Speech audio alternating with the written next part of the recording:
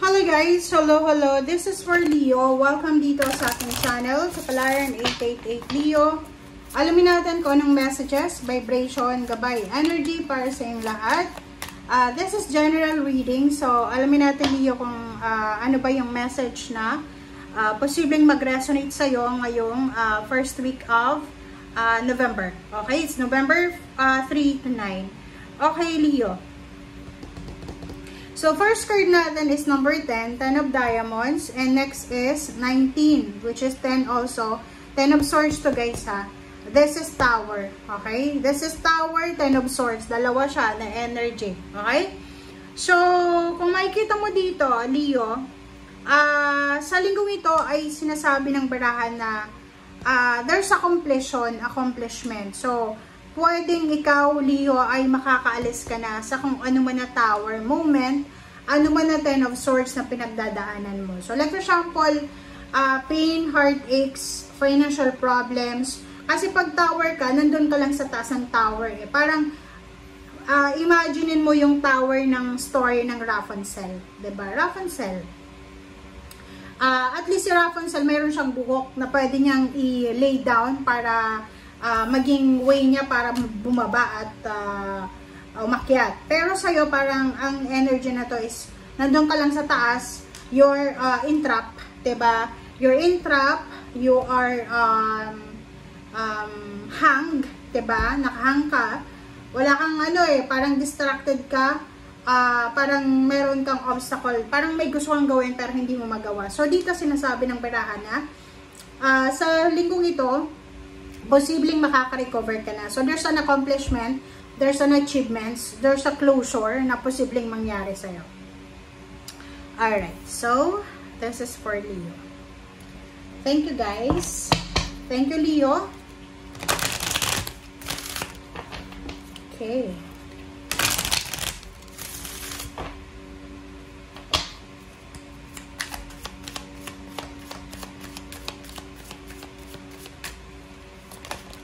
Okay. Base chakra number 1. So, you're starting over. At ang Leo ito ay para siyang it's either nagpapatayo ka ng bahay, you're starting a new job, starting a new career, starting a new relationship. Yung emotion and energy ng base chakra na to is yung parang nagpapatayo ka ng bahay, ng foundation, diba? Halimbawa na gusto mo magpatayo ng bahay, syempre, uunahin mo yung for foundation, diba? Yung poste. So, parang ganun. So, you're starting over. Nagsisimula ka from zero. Or pwedeng, ngayon ay nagsisimula ka ng bagong buhay. Parang ganun. So, please comment down below if you resonated, Leo. Halimbawa, isa kang OFW tapos umuwi ka ng Pilipinas for good. Tapos, naubos na yung ipon mo. So, ngayon, nagsisimula ka ulit na mag-apply ng trabaho papuntang ibang bansa. Parang gano'n. Or maybe, kaka-retire mo lang. Yung retirement mong plano is magsimulang magnegosyo. Parang gano'n. So, your new beginnings. Wow.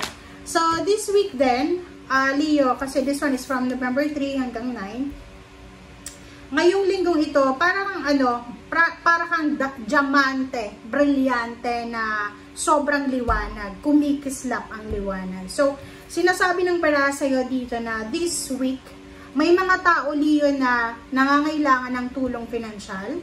They are needing financial help, emotional help, spiritual, psychological. Ang posibleng matutulungan mo. Kumbaga, you are very generous sa linggong ito. Or marami kang, hindi ko alam kung bakit, pero yung energy mo ngayon ay sobrang, ikaw yung lalapitan ng mga tao na nangangailangan sa ngayon. Like, halimbawa, may kailangan silang tulong, lalapit sa'yo, Leo, pwede ba na tulungan mo kami, ganito. Alright. Wow, 10 of Pentacles, 5 of Cups, OMG. So, nakikita mo, eto Leo, 10 of Pentacles, 5 of Cups, 8 of Pentacles, and Judgment. Sinasabi ng baraha sa'yo dito, Leo, na isang desisyon ang posibleng gagawin mo Isang plano ang posibleng gagawin mo. So, kung makikita mo dyan, sinasabi ng baraha dito na isang plano na like, may iba sa inyo Leo na yon. Pwedeng resonate dito yung mga magre-retire.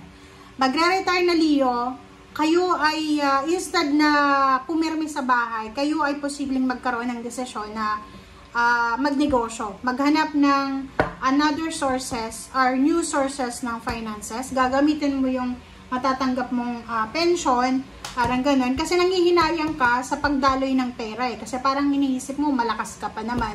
Pwede ka pa naman magtrabaho, pwede ka pa naman na magpursige. And yung iba naman sa inyo dito, this is doon sa mga Leo na ngayong linggo, marirealize mo na marami kang pera na sinayang sa past mo. Like yung ibang Leo na tawag dito, na naging unemployed kayo for 10 years, 5 years, parang ganon. Kasi tinamad kayo, nagpahinga kayo. Parang marirealize mo this week na marami pala akong panahon na sinayang. So ngayon, nandito ka sa base chakra na talagang i-recover mo kung anong nawala sa'yo. Or kung anong winala mo sa sarili mo. Or kung ano yung sinayang mo sa sarili mo. Alright. So kung makikita mo dito, King of Swords, nakikita ko yung direction mo eh. So, yung ginagawa mo ngayon, Leo, ay nakafocus ka sa positive.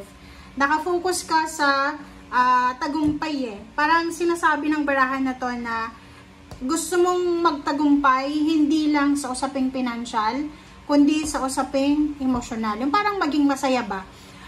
Dito sa barahan to, sinasabi ng barahan na isang direksyon ang nilalakbay mo or tinatahak mo. And yung direction na to ay posibleng magdadala sa'yo ng sobra-sobrang tagumpay. And alam mo, okay, alam mo sa sarili mo na itong ginagawa mo ay nakakapagod eh. Wala namang kahit anong klase ng kahit anong klaseng trabaho, legal or illegal, nakakapagod guys. So, if for example, okay, example lang, sinasabi ng barahan na to, na kung ano man ito na ginagawa mo sa ngayon and alam mo na para to sa future mo or alam mo na makakatulong to para sa progress mo, kahit nakakapagod, gagawin mo, diba? So, nakikita ko sir dito, sobra-sobrang motivation, pagpupursige, sobra-sobrang dedication sa trabaho, sa sarili, tiwala sa sarili, ay ganito, ganyan. Nakikita ko sa'yo dito, especially yung mga Leo na dumaan kayo sa sobra-sobrang financial problems. Nakikita ko sa inyo dito na yung pinagdaanan nyo na yon na financial problems ay yun yung magiging susi para maging mas masipag kayo. Okay? So, nakikita ko yung focus mo ngayon is victory and success. Kahit pagod ka na, talagang ipupurso mo pa. Kahit na inaanto ka, gagawin mo pa rin. So, please comment down below if you are resonated. Thank you guys. Bye!